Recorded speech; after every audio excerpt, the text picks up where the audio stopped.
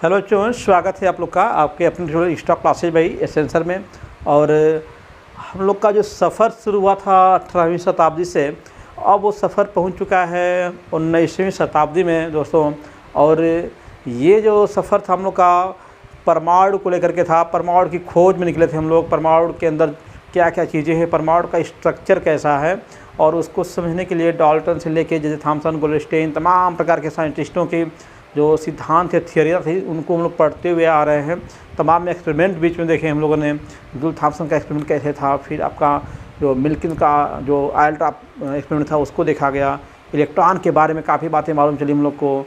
फिर जो Thompson model था जिसमें बताया था कि तरबूज मॉडल जिसे हम लोग कहते हैं, जिसमें बताया गया कि परमाणु के अंदर जो धनात्मक भाग है चारों तरफ फैला हुआ है और इलेक्ट्रॉन जगह जगह क्या है, धसे हुए हैं। और सनी मॉडल के बारे में देखा हम लोगों ने। और ये बातें लगभग 1898 ईस्वी की हैं। 1898 ईस्वी में आपका जो था जे थॉमसन का मॉडल आया था। उसके बाद हम लोग का 1911वीं ईस्वी में जो है रदरफोर्ड का एक मॉडल आता है, जो कि एटम की जो स्ट्रक्चर है उसको समझाने के लिए जो बातें इसके पहले वाले जो मॉडल्स आए थे एटम को लेकर के, वो मॉडल जब परमाणु की व्याख्या करने में असफल रहे। उनमें से कुछ एक बातों को रदरफोर्ड जी ने अपने एक्सपेरिमेंट के माध्यम से बहुत ही अच्छे तरीके से समझाने की कोशिश किया।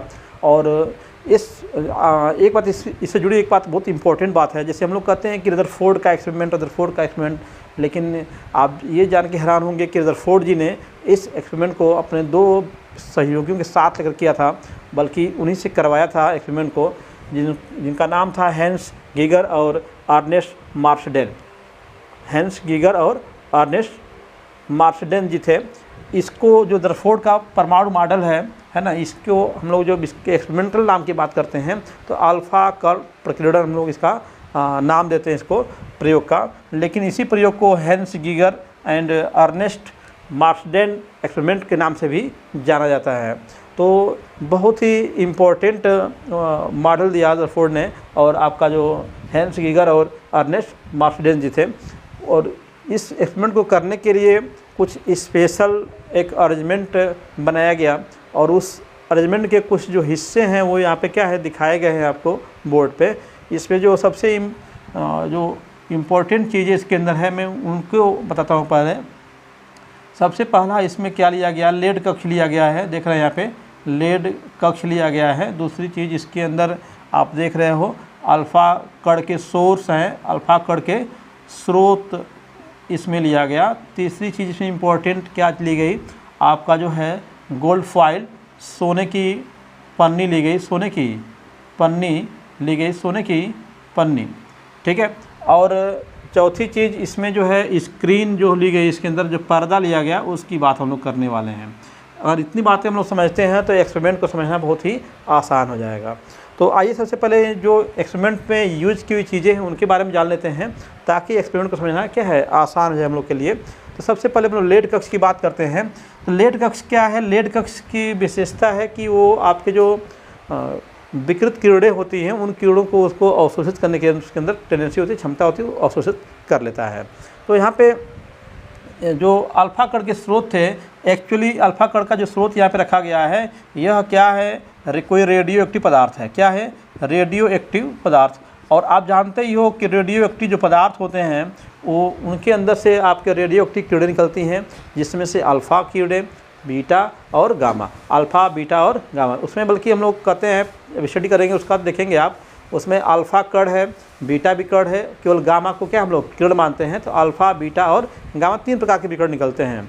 तो उसमें से हम लोग को किस विकिरण की ज़रूरत है? हमें अल्फ़ा विकिरण की ज़रूरत है। किरणें हमने लिख रखा हुआ है, लेकिन ये एक्चुअली क्या है, अल्फ़ा कण होते हैं। क्योंकि हाई स्पीड से भेजा जा रहा है तो क्या है, वो किरणों की तरह से बिहेव कर रहे हैं, इसलिए लिखा गया अल्फ़ा किरण, लेकिन एक्चुअली है क्या, वो अल्फ़ा कण है। तो अल्फ़ा कण जानते ही हैं आप, जो अल्फ़ा कण होते हैं उनके ऊपर 2 प्लस होता है। और आप जानते हो हीलियम का आपने नाम सुना ही होगा, जो कि दूसरा हल्का एलिमेंट है हम लोग के आवर्साड़ी का, ठीक है। 2He4 होता है। इसके अंदर आपके 2 इलेक्ट्रॉन होते हैं, 2 प्रोटॉन होते हैं इसके अंदर, ठीक है, और 2 न्यूट्रॉन होते हैं इसके अंदर। तो हम लोग अगर इसके अंदर से 2 इलेक्ट्रॉन को निकाल दिया जाए इसके अंदर से, तो आपके हीलियम के ऊपर क्या आएगा, 2 पॉजिटिव आएगा, 2 पॉजिटिव आएगा। तो इस हीलियम पे जो 2 पॉजिटिव आता है तो ये क्या है, अल्फ़ा कण की तरह से क्या करता है, बिहेव करता है। दैट मीन्स हम कह सकते हैं कि अल्फ़ा कण जो है हीलियम नाभिक के, है ना, ये अब इसके अंदर तो आपका हीलियम का ये आपका नाभिक है, हीलियम के अंदर केवल 2 ही आपके इलेक्ट्रॉन थे, दोनों इलेक्ट्रॉन निकाल दिए गए, तो क्या बचेगा इसके पास, केवल नाभिक ही तो बचेगा। जब सभी इलेक्ट्रॉन निकाल देंगे, इसके अंदर से 2 इलेक्ट्रॉन है, तो दोनों इलेक्ट्रॉन को बाहर निकाल देंगे, इस पर 2 प्लस आ जाएगा, तो इसका क्या बचा, नाभिक बचा। इसका मतलब जो अल्फ़ा कण है वो हीलियम के नाभिक के समान है। कह सकते हैं कि हीलियम के नाभिक के समतुल्य है, नाभिक के समतुल्य। जैसे एक डाउट आता है हम लोग के दिमाग में कि क्या ये हीलियम के आउटर मोस्ट ऑर्बिट से इलेक्ट्रॉनों को निकाल करके अल्फ़ा कण बनाया गया, तो मैं क्लियर करना चाहूँगा कि ये आपका हीलियम से इलेक्ट्रॉनों को निकाल करके अल्फ़ा कण का निर्माण नहीं किया गया है। इनका निर्माण किससे हुआ है, रेडियो एक्टिव पदार्थ से हुआ। किससे हुआ है, हमें ये प्राप्त हो रहे हैं किससे, रेडियो एक्टिव पदार्थ से क्या हो रही हैं, ये प्राप्त हो रहे हैं, कौन, अल्फ़ा कण। तो अल्फ़ा कण रेडियोएक्टिव पदार्थ से प्राप्त होना है। हाँ, ये है कि अल्फ़ा कण जो होते हैं हीलियम नाभिक के समतुल्य होते हैं, क्योंकि जब हीलियम में से 2 इलेक्ट्रॉन निकाल देंगे तो उसमें भी क्या आता है, 2 प्लस आता है, और वो अल्फ़ा कण की भांति क्या करता है, बिहेव करता है। तो इसलिए हम लोग यहाँ पे हीलियम के बारे में हम लोग का बार बार दिमाग में आता रहता है बात ये, ठीक है। तो ये तो बात हो गई रेडियोएक्टिव पदार्थ आपका हो गया जो अल्फ़ा कण का स्रोत है। अब यहाँ से अल्फ़ा कण निकलेंगे इसके अंदर से, तो उनकी तमाम प्रकार की डायरेक्शन होगी।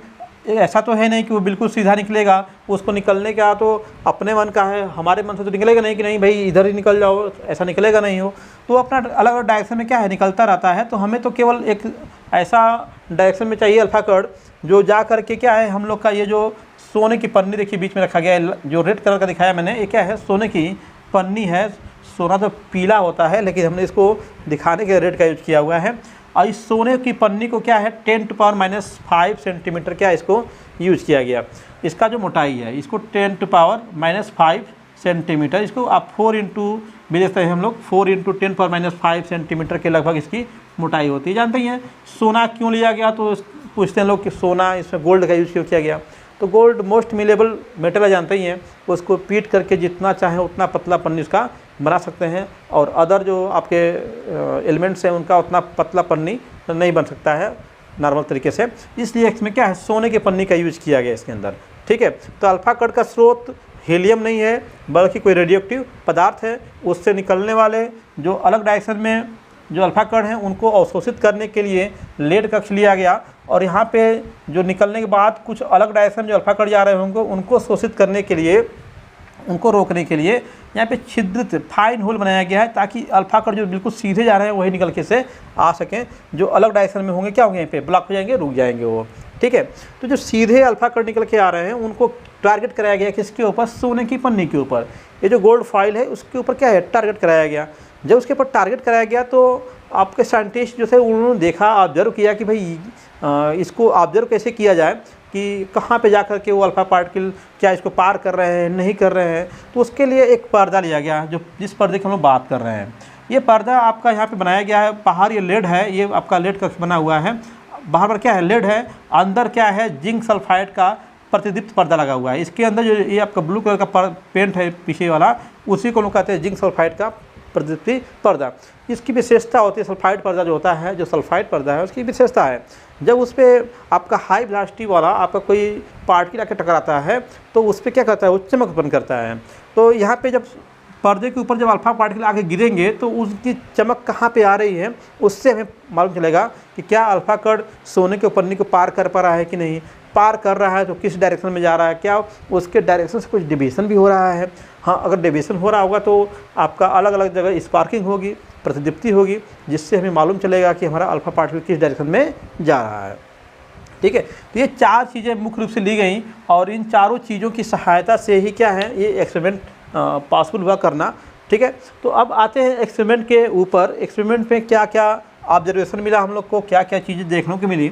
तो उसमें सबसे पहले आपके रदरफोर्ड जी ने जो ऑब्जर्व किया कि आपके जितने अल्फ़ा कण भेजे गए इस सोने की पन्नी से होकर के, उसमें से अधिकांश अल्फ़ा कण बिल्कुल सीधे निकल जा रहे हैं। ठीक है, उनके पाथ में किसी प्रकार का डेविएशन दिखाई नहीं दे रहा, वो सीधे निकलते जा रहे हैं, सीधे निकलते जा रहे हैं, बिल्कुल फ्री होकर के। ठीक है, तो देख रहे हो यहाँ पे एक नंबर लिखा है मैंने यहाँ पे, क्या है 99.86%, 99.86% ये लिखा है मैंने उन अल्फ़ा पार्टिकल का जो नंबर है जो सीधे निकल गए विदाउट डेविएशन, बिना डेविएशन के, बिना किसी पथ पे मुड़े, जो सीधे निकल गए, उनका नंबर है। देख रहे हैं 99.86% है, ओनली 0.14% क्या है रिमेन रह गया, जो कि इसके अंदर नहीं आया हुआ है। इसका मतलब कि ये तो सीधे निकलने वालों का परसेंटेज हो गया, जो सीधे निकल गए, सीधे बिना मुड़े निकल गए, बिना मुड़े निकल गए कौन? अल्फ़ा कर्ड, वे अल्फ़ा कर्ड जो क्या है सीधे बिना मुड़े निकल गए, उनका परसेंटेज कितना? 99.86%। लेकिन ये जो आपका 0.14% यहाँ पे आपको दिखाई दे रहा है, ये है इनके पथ में क्या हुआ? डेविएशन हुआ। ये विचलन वाले हैं, विचलन। वे अल्फ़ा कर्ड जिनके पथ में विचलन मिला।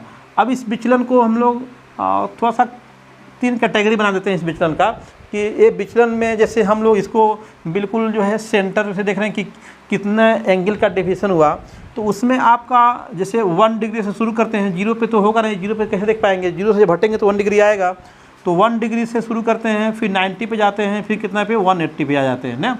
3 एंगल हम लोग इस पर देख लेते हैं। तो 1 डिग्री पे जो डेविएशन था वो मैक्सिमम था।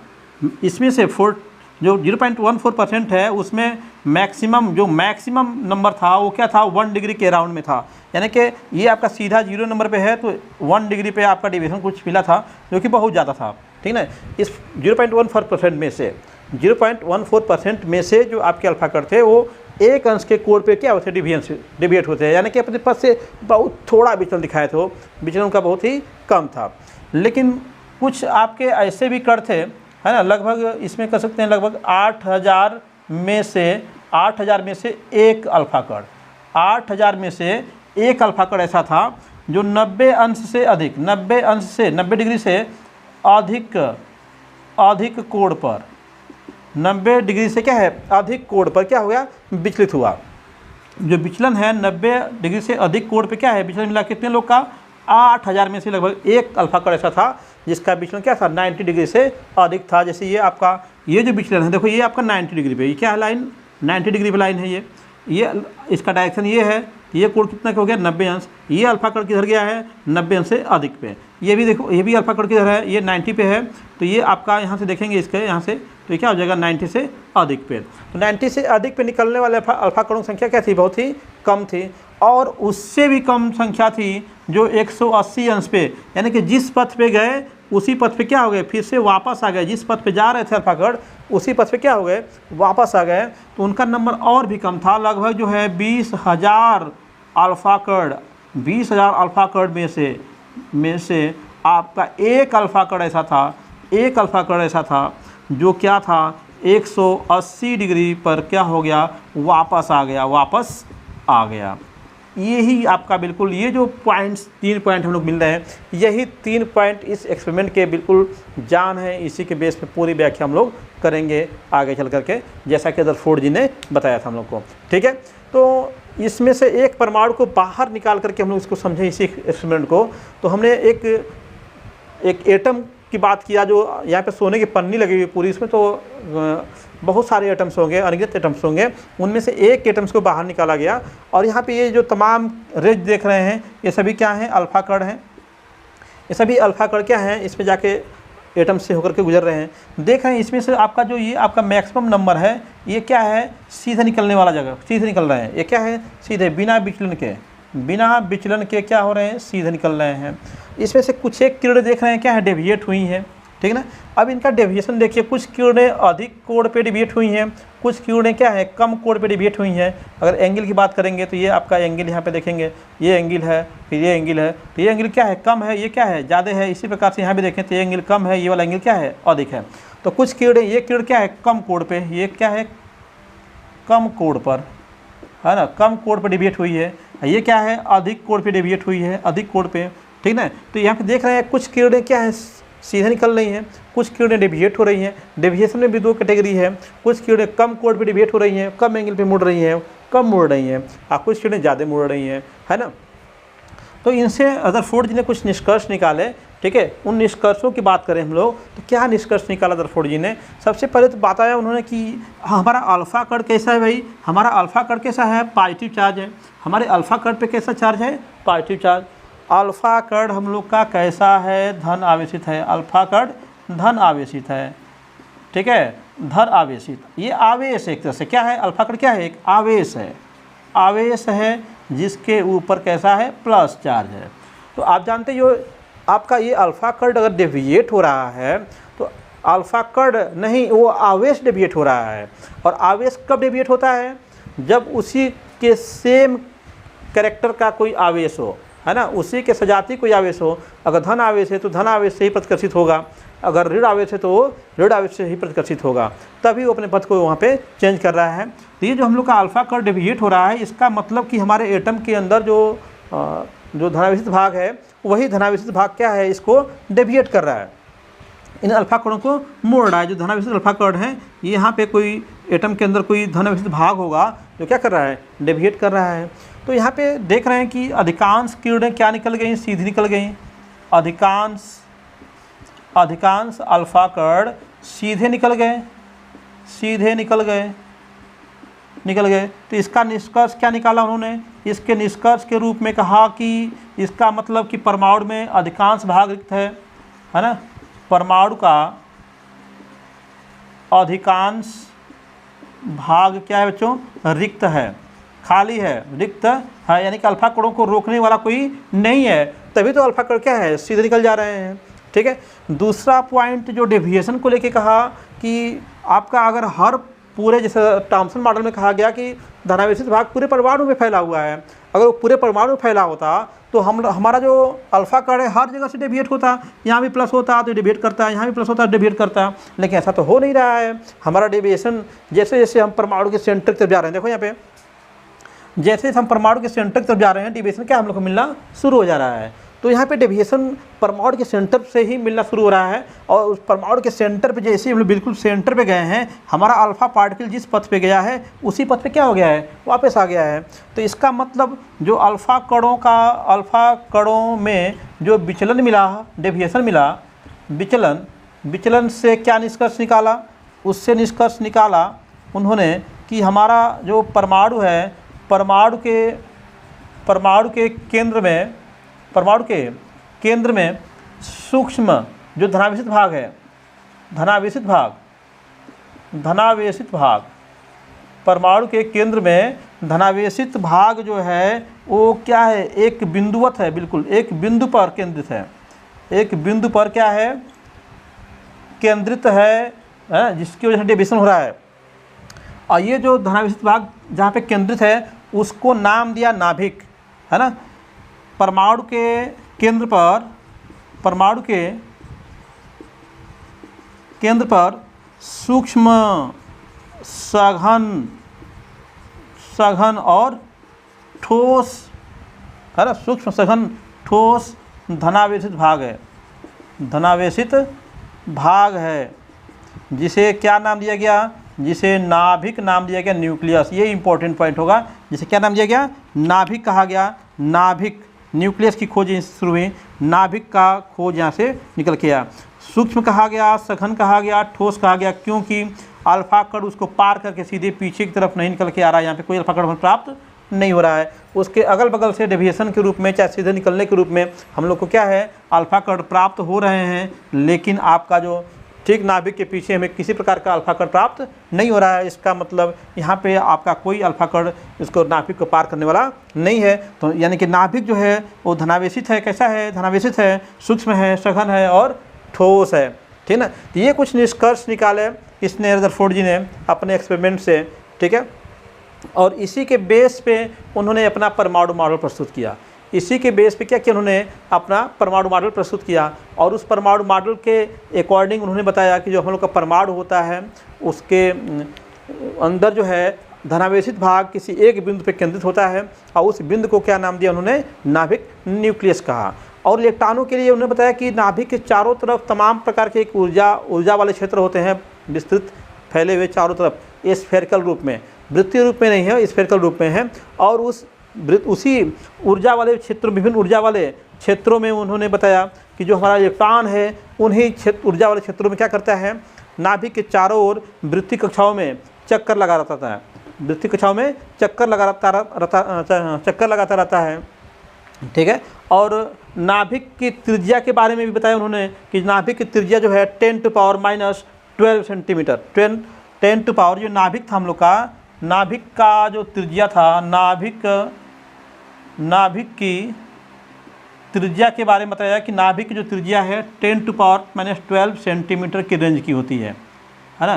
किसकी त्रिज्या, नाभिक की त्रिज्या, नाभिक की त्रिज्या 10⁻12 है ना, 10⁻12 सेंटीमीटर। वहीं पे अगर एटम की बात करें, एटम की त्रिज्या की बात करें तो एटम की त्रिज्या जो होती है, एटम की त्रिज्या लगभग 10⁻8 सेंटीमीटर की रेंज की होती है ना। तो ये आपका देखिए नाभिक का त्रिज्या और आपका जो एटम की त्रिज्या है, दोनों का यहाँ पे रिलेशन दिखाई दे रहा है आपको, ठीक है।